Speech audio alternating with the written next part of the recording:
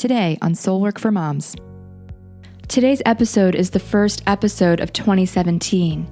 When the last episode aired, it was prior to the election, and regardless of where you sit on your opinion of what has happened, I don't think anyone can deny that there's been quite a shift in the world. I'm going to talk about the intersection of motherhood and politics directly in a future episode, as I've got the Reverend Lola Wright of the Bodhi Spiritual Center in Chicago scheduled for the show. But I think that today's episode is very relevant to the energy of what's going on in the political world because a lot of people are stressed out and some are very worried right now. And if your go-to stress reliever is food, today's episode might be for you. I think that the writer and blogger Britt Bravo said it perfectly when she said, during extremely stressful times, our internal challenges can become magnified. If you're struggling right now with your relationship to food and your body, I recommend Rachel Cole's Feast program. It will give you the tools you need to navigate this particularly uncertain moment in history: self-compassion, intuitive eating, effective emotional coping, and self-trust. I'm speaking with Rachel Cole. She's a certified life coach, a celebrated teacher, and a women's empowerment expert. She has spent 10 years guiding women to identify, understand, and feed their truest hungers at and away from the table. As an eating disorder survivor herself, Rachel speaks with great wisdom, sensitivity, and authority about what it takes to live as a well-fed woman in the modern world. She travels across the United States and internationally, speaking and teaching to sold-out gatherings of women on how they too can find ease and fulfillment in their lives simply by honoring their own hungers. Rachel holds a master's degree in holistic health education, and she's a certified professional coactive coach. Since one of the topics we will be covering today is eating disorders, I want to remind you that I'm not a doctor or therapist, and the opinions shared here are not intended to replace the advice of your healthcare professionals. I'm Michelle Duncan-Wilson, and you're listening to Soul Work for Moms, the podcast dedicated to supporting your personal and spiritual growth through the hard parts of motherhood. It is my pleasure to welcome Rachel Cole to the show. Rachel, I'm so glad to have you here with us today. Hi, Michelle. I'm so glad to be here. So let's just jump right into it. I follow you on Instagram, and I saw a post of yours, and it made me gasp out loud. It made me gasp. It was a card, a quote card, and it was on a pink background. And you wrote, "The urge to diet is rooted in your oppression." And under the photo, you wrote, quote, "Not health, oppression." And that statement, it just stopped me in my tracks because it really goes against almost everything that we've been taught as a culture. Well, I really believe that. And I would say, you could trace the roots of that back to, there's a fairly well-known quote from the writer Naomi Wolf from her book, The Beauty Myth. And she says, "A culture fixated on female thinness is not an obsession about female beauty, but an obsession about female obedience. Dieting is the most potent political sedative in women's history. A quietly mad population is a tractable one." And that's been my own experience when I have been dieting. It takes up so much of my mental energy and my just time that then I'm not really engaging in life, and I'm not really participating in my relationships, and I'm certainly not being an engaged citizen. And on top of that, in my experience, diets result in some level of hunger. And when we are hungry, and especially if we have not been eating enough carbohydrates, it makes it really hard to think well, and it makes it hard to be anything but cranky. On top of that, this idea that a smaller, tighter female body is preferred is entirely a construct of patriarchy. So we're sold this idea that there's no more virtuous thing you can be than healthy. And to be healthy, you need to eat a certain way or control your eating. And I think what that really does is just create a huge brain drain on the population of women. Okay, so where do we even start to dive into all of the wonderful stuff that you just said there? So the first thing that comes to mind is a conversation that I had with a girlfriend a long time ago. And she said, well, yeah, but aren't men biologically wired to find, a certain body type attractive? But I think that a lot of people have that idea that comes, this like feeling of worthiness, but that really we all want to be, seen as attractive and loved. So, I think there is a current cultural ideal of beauty that's very much rooted in sort of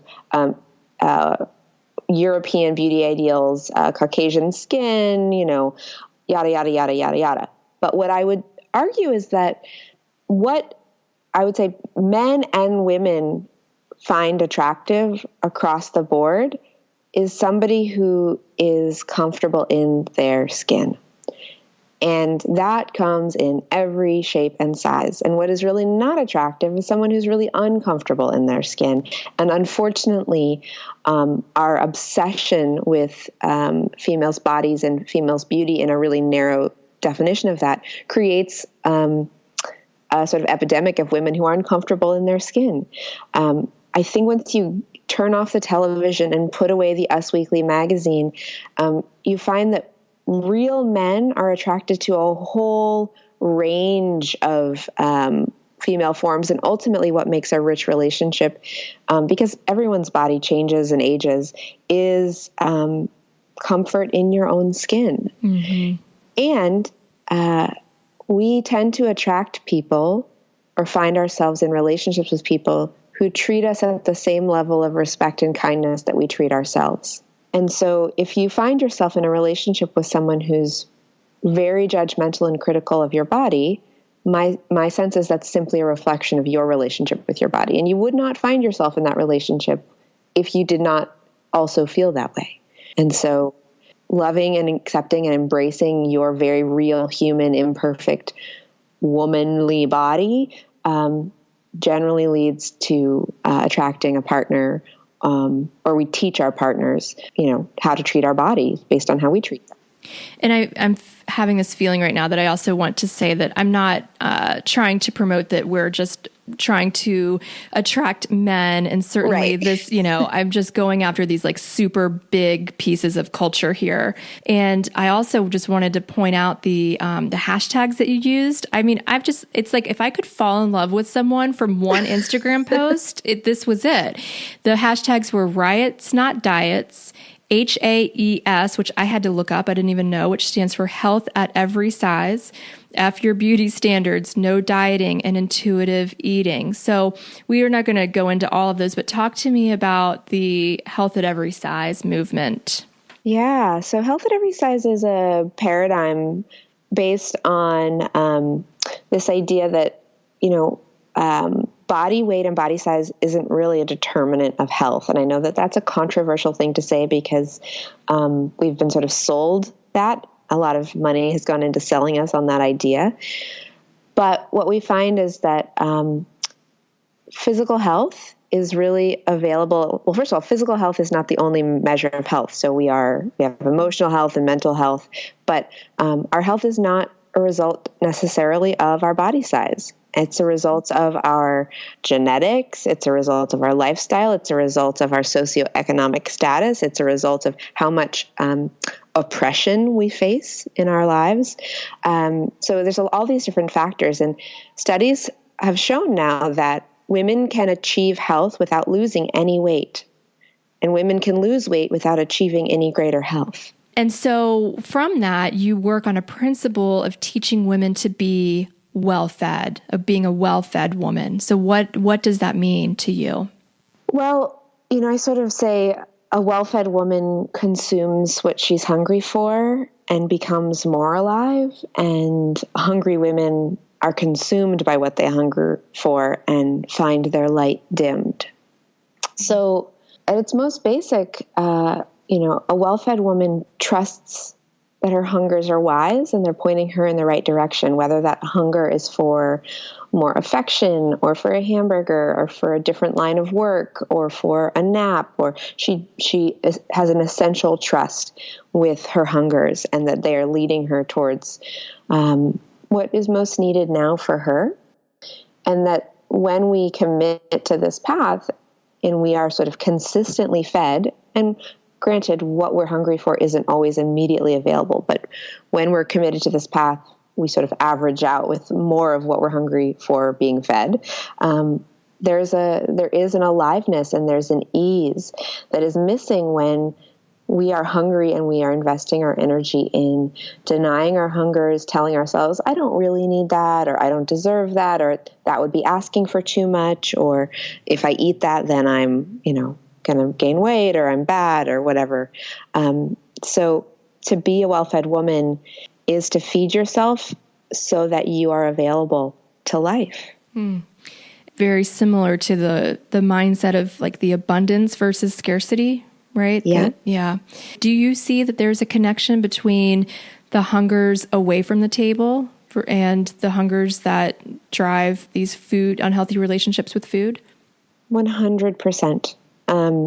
I don't know a woman whose relationships with her food hungers don't mirror her relationships with her other hungers in some way. And that was my own journey. When I set out to make peace with food, I just stumbled upon the fact that I could not claim to trust my food hungers and not trust all of my other hungers, which is scary. So yeah, they go hand in hand. Can you say that one more time? You could not find that you could trust. I stumbled upon the realization that I could trust my food hungers. I could trust my body to tell me what it wanted to eat, when it wanted to eat, how much it wanted to eat.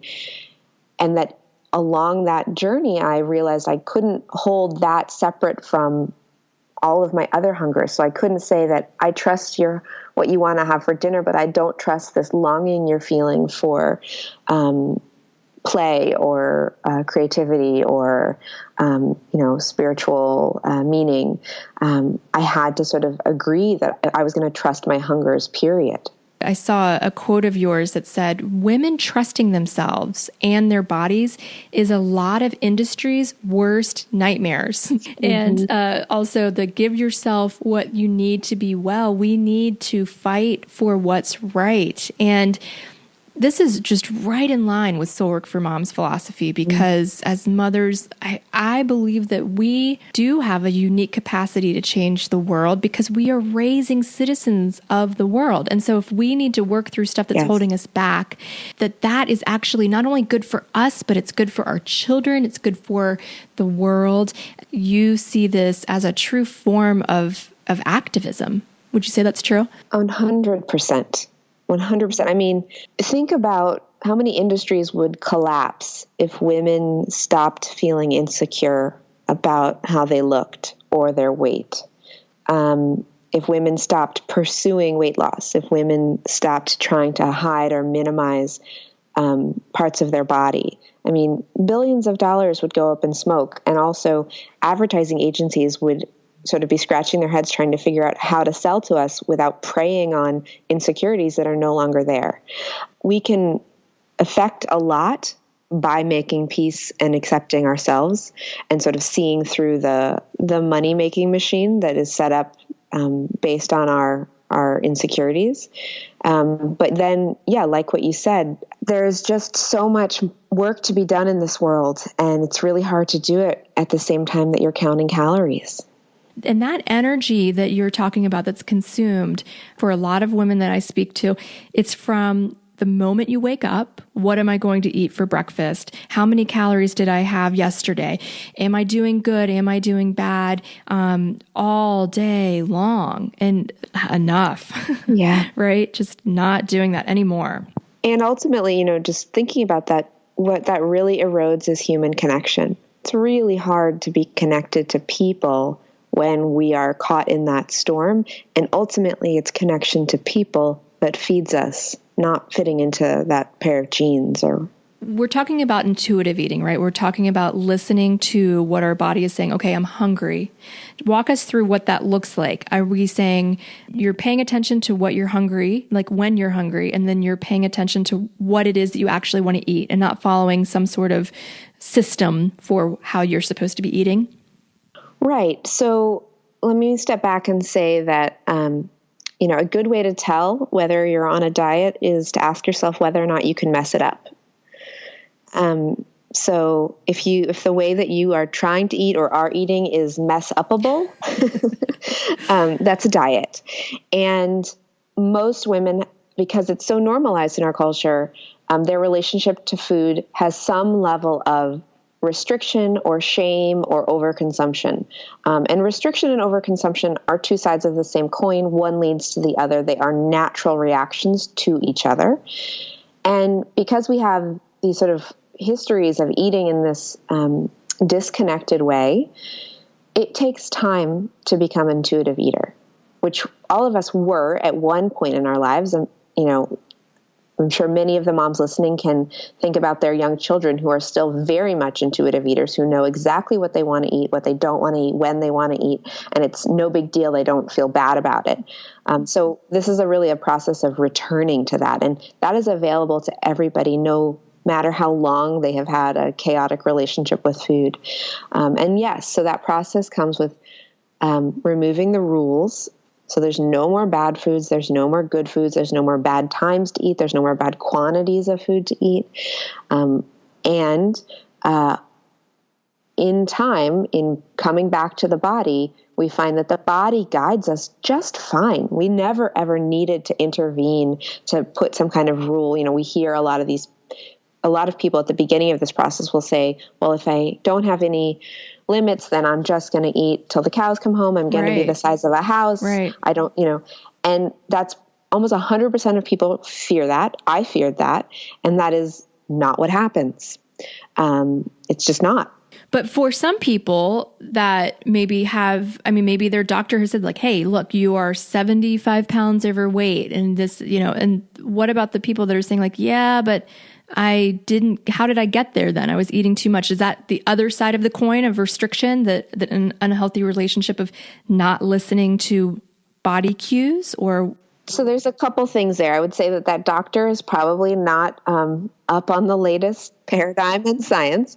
I would say that, if you have been sort of consistently over-consuming, eating to the point where you don't feel good, eating when you're not hungry, that is simply a reaction to restriction, whether real or psychological. So we don't overeat or overconsume when we don't feel the threat of scarcity, when we don't hear that voice that says, you really shouldn't have that. We only ever overconsume like that in a sort of chronic way when we are reacting to sort of diet mentality, even if we're not acting on that diet. And prescribing a diet is unethical for a medical practitioner because there is no data that shows that dieting results in long-term lasting increase in health or weight loss.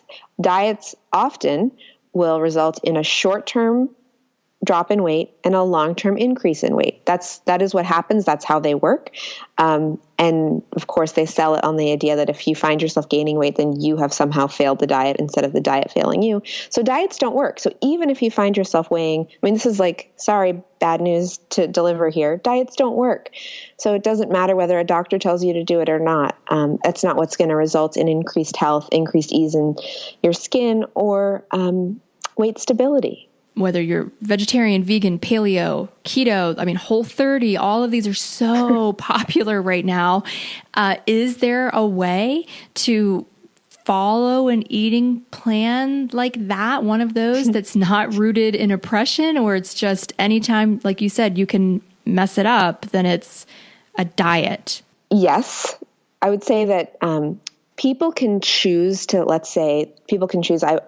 want to be a vegetarian for ethical reasons or whatever. And that's more of a choice than... more of like almost like a spiritual choice than a food choice. Right. But what we have to notice though, if you've chosen to be vegetarian, Do you feel like you are obsessing about, like you're thinking a lot about the foods you can't eat? Or if you go to a party and somebody serves meat and you find yourself, I really want to, you find yourself tortured about it and you're thinking about it, or let's say you decide to have it and then you're beating yourself up the next day, like then you've crossed over into dietary territory versus just following an honest to God desire. A lot of the other ones you listed, paleo, Whole30, all of that stuff, that's just pure dietary territory. That's not even, I mean, you can choose, you can say like, today today I'm really craving, I'm going to make this up, but like, I'm just really craving a lot of vegetables and a lot of protein. I'm just not really craving a lot of carbs today. Fine. But does that extend to tomorrow in the sense that there's I should eat that way versus that's what I want today and tomorrow I want a bowl of pasta, and neither one is superior to the other. These diets, they all tout themselves as, if nothing else, healthier than the standard American diet. The standard American diet is killing us. You're saying that you think that that's total BS. Well, in several things. So I don't think that we're choosing between the two. I think that the healthiest path is led by our bodies. Mm-hmm. And my body often leads me to ice cream, and that's fine. What we find is that often when people are doing those restrictive approaches to eating, that there is a counterbalance. So there is I'm being good, or I'm on this for the 30 days. And then on day 31, I snap and someone left this food in my house or whatever, and I can't control myself. And, that I haven't had this in so long. And again, it's this constant sort of pendulum swing between the extremes. And when we listen to our body, we get to settle into this really nice middle ground where there's room for it all. And nobody's body is going to lead them to a life without vegetables. And nobody's body is going to lead them to 24/7 ice cream.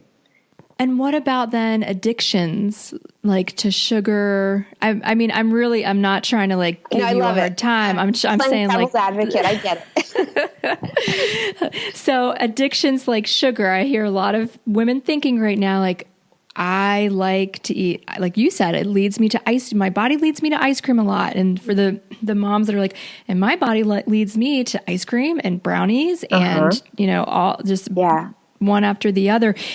Is there ever a point when it is a good idea to say, not eat sugar for 30 days to give your body a chemical reset? Or we're saying don't do that either. Just start listening right now. So I don't believe in sugar addiction. I think it is something that it's a label we give to behavior that only exists in reaction to restriction. So when sugar is unrestricted or the label has been taken off of it that it's bad, it's naughty, it's void of nutrition, and all of the sort of judgment we put on top of it, people end up having a very normal relationship with it. The overconsumption and obsession with it really only shows up when there is some restriction, again, real or psychological, in the picture. And one way to sort of think about that is if you were addicted to sugar, and I put a bag of sugar in front of you, like a 1-pound bag and a spoon, you're not going to go to town. But if you're addicted to cocaine and I put a bag of cocaine in front of you, you're probably going to go to town. They are not the same. What about that mixture of sugar and fat? So then if we put the cookies, though, some people would put they would go to town on the cookies. Uh-huh. Well, I think that we need sugar and fat. I'm not saying we need white sugar, although I think that we need pleasure and we need ease around food. And so for many of us, that involves some sugar. And, my grandfather's 94 years old, and he's had dessert every day of his life. He's fine. So I don't really buy this whole phobia we have developed around sugar. And I think that I see this a lot with a lot of my mom friends, where they're just sort of paranoid about their kids eating sugar. And really what that is going to result in is that as soon as those kids are on their own, they are going to have that sort of deprivation relationship to sugar, versus raising your kids to have, abundant access to every kind of food. I see sugar addiction as a made-up term applied to behavior that results from restriction. Okay. So if we were on like a Facebook Live, I could just imagine so many comments would be popping up right now. But I really am really into this and what you're saying, because what you're talking about here all across the board, the word that comes to mind for me is just freeing. Yeah. So much freedom to be able to exhale and just to take the weight of all of that off the table, the good, the bad, the quantities. Did I do a good job? Did I not? It's like so simple that it almost is too difficult to understand because it's so simple. And the actual developing of intuitive eating skills takes time, and it is scary. And there is periods of experimenting and overeating and testing your boundaries and figuring it out. Like, it's not like you just decide, well, I'm just going to listen to my body and then I'm done. It is a journey, that's part of why a lot of my work is mentoring and guiding women through that journey, because going that alone can feel really scary. And do you see that there sometimes is a rebound? Like, if you have been restricting for a long time, do people rebound to where they do have a time of eating too much or not listening to their bodies before they kind of fall back into the middle there? Sure. And what we find is when we can meet those experiences with non-judgment and curiosity, it's like, oh, that's like really good feedback. Like, oh, I noticed that, wow, I was probably done before that fourth helping. And instead of like shame and guilt, then we stop the cycle. So instead of responding to overconsumption with restriction, with I'm going to be good again, I'm going to get back on the program, I'm going to get back on the plan, we just come back like, oh, I'm just going to try and come back to my body. And again, there's no pressure to get it right or to do it perfectly. Intuitive eating or normal eating isn't perfect. It's not some sort of Zen perfection. That's not real. And man, do we live in a society that is obsessed with perfection. Yeah. And so you're setting yourself up for failure from the very beginning. That's right. And you said that you feel fortunate that you beat an eating disorder and that you feel so much wiser, deeper, and more compassionate. And so I'm curious, could you share some of that journey with us to the degree that you feel comfortable? But then what is an eating disorder when it's put up to the lens of what we're talking about here? Yeah, it's a little complicated. And again, I'm not a medical professional, so I want to say that. About, how long ago? 17 years ago, I developed anorexia in college.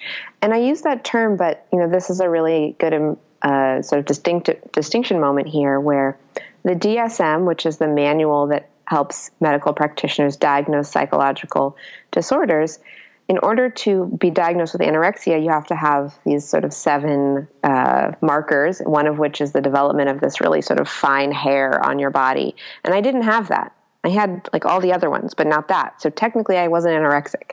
So that's why getting into diagnosing is a little tricky. There's something called EDNOS, or eating disorders not otherwise specified, and a lot of people fall into that category because it's a lot more broad.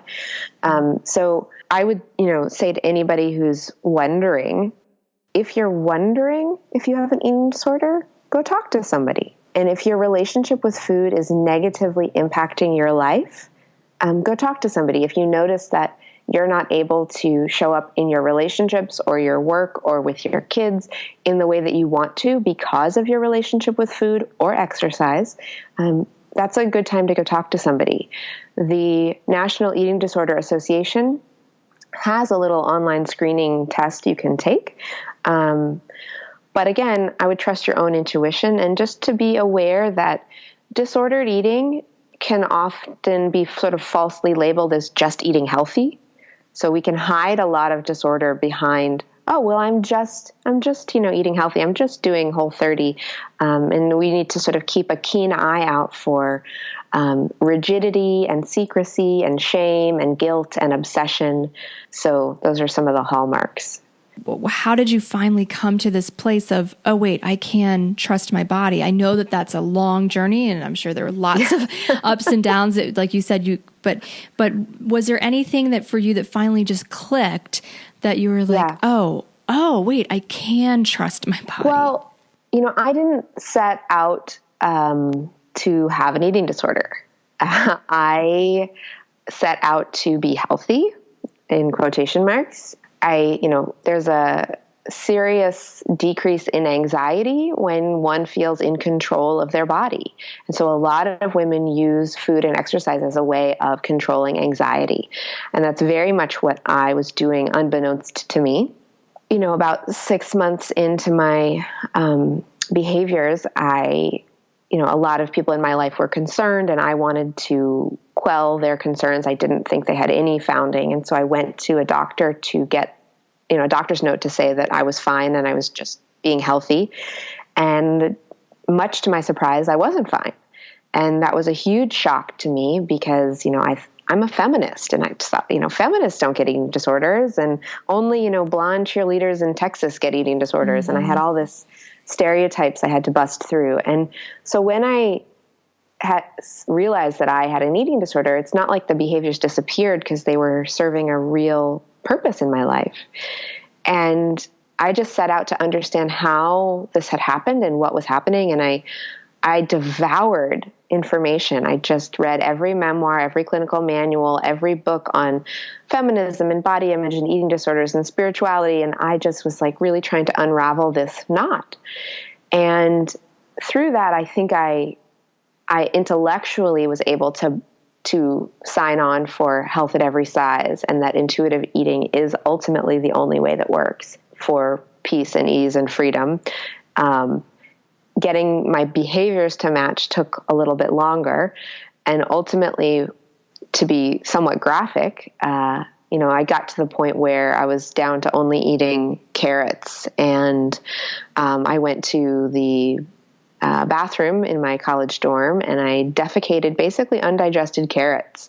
And I looked in the toilet, and I did have sort of a moment where I was like, what am I doing to my body? And also just, and I can't really say where it came from, but a real fierce sense of courage, this is going to be hard and scary to, get ourselves out of this place, but we're ready and we can do this. And so obviously I had good therapy and good help and all of that. But it took my own sort of readiness to be it's not worth it. I would rather weigh whatever my body wants to weigh, and feel at ease around food and in my life. And that's the activism. I mean, I think that for me is the hook, why I'm so in love with the work that you're doing, because then it takes the shame away, and it's saying, no, I am going to have courage, and I'm going to be strong in the way that I'm not going to let society tell me that if I don't fit into a size 2 jeans that I'm not worthy, or that, and this isn't, some people do naturally fit into a size 2 jeans, right? And that's just one of the many ways that our bodies can take form. And it's just so beautiful for, when I imagine to envision us as a sisterhood of women coming together to support one another and to be courageous for ourselves and for our children, to say we can trust ourselves and we can trust our yearnings and our desires, and that we're not going to let any one person or group make us feel otherwise. That's right. And, I think probably a lot of your listeners have a core value of celebrating diversity. Mm-hmm. And, there's no better place to do that than around body shape. Yeah. I really want to hear more about your course, Feast, because if we've only dipped our toe in, for someone that's really wanting to dive into this work, I would love for you to share what you do. Yeah. Well, I do one-on-one coaching, but I do teach this course, Feast, twice a year. It's a 3-month-long course, and I really created the course that I needed. So it's really comprehensive. It's intimate. There's a lot of support. And I take women through the journey of learning, effective emotional coping skills and how to manage anxiety and their sensitivities. And yes, intuitive eating, but also that work that comes with listening to and feeding our non-food hungers. So it's a masterclass, and is really how I describe it.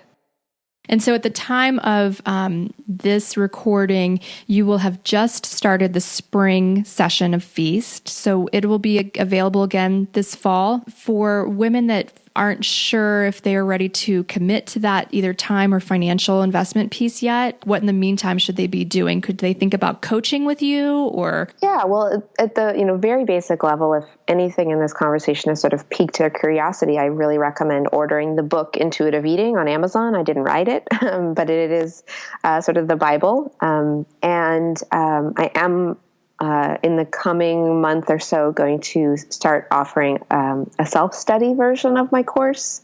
So that'll be more accessible. And then, yes, I'm available for one-on-one coaching. And I do encourage people, if this is something that they want to have a sort of lasting liberation from, to think about how they can join the course. So, Rachel, for women that go to your website, which I really love, it's a really beautiful website. Everyone should check it out, rachelwcole.com. They're going to see your gorgeous pictures and they're going to say, but Rachel, you are young and you're thin. So how do you understand the struggles that I'm going through? Yeah, I think that's a very legitimate and very common question. And I think that I have sort of two parts to my response. The first is that, it's not fair that we live in a world where people who look like me have an easier time. And so I want to acknowledge the privilege that comes with my body as it is today. And my body today just happens to be a result of genetics and what I say kindness. Genetics meets kindness is why I look the way that I do. And that I have a deep understanding of these struggles. I've spent almost 20 years studying them and academically and professionally and personally, and that I haven't always looked like this, and that my own journey, I yo-yoed myself, and I had, 10 different sizes of pants in my closet, and I do have some understanding of that experience, though I have never personally experienced the stigma that comes with being fat in our culture. But I have a lot of understanding of that from an ally position, and I've worked with so many women at every shape and size and age. I have students in their 60s who come and take my course. And so I ask people to, check in. If they feel like they can make the leap of faith to trusting me, great. And if they can't, there are some other really great teachers out there who might look more like them. And I like to leave our listeners with something that they can do at the end of each episode if they really resonated with what we were talking about. So what would you suggest as a soul work action step? I would throw out your scale. Just put it in the trash. It's not a useful piece of equipment. It doesn't have any information to give you that you need to know. That's the first thing. And then I would, make a commitment with your household, with your spouse, with your kids, that your house is going to be a body shaming free zone.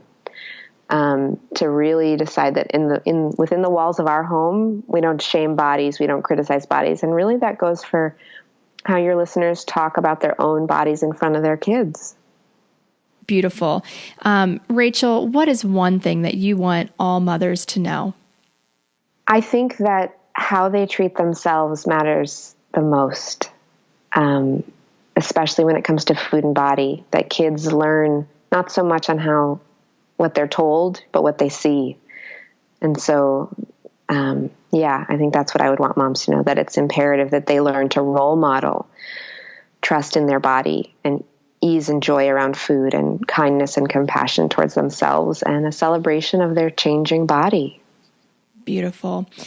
You have been listening to Rachel Cole. Her website is rachelwcole.com, and you can also find her under that same name on Facebook, Twitter, Instagram, Pinterest. She's everywhere. Check her out, and there's also a free soul work journaling sheet that you can download. And if you have any questions, then you can definitely reach out to myself or to Rachel about what we talked about today. So, Rachel, it was really awesome talking with you. I am leaving with the feeling that I just want to have you on again so that we can maybe drill down and get a little more specific about some of these topics. But I really appreciate you sharing your beautiful journey and your work with us on the show today. I'd come back anytime. Thanks, Michelle. Awesome. Thanks, Rachel. I'd love to know what you thought about this conversation, so come on over to our Facebook group. An easy way to find us is by going to soulworkformoms.com/community, and it'll take you straight there. We may not know each other in real life yet, but I'd love to get to know you online. You can go to facebook.com/groups/soulworkformoms, or again, just go to soulworkformoms.com/community. I'll end today, as I always do, by reminding you that there is a way to mother with peace and ease and confidence.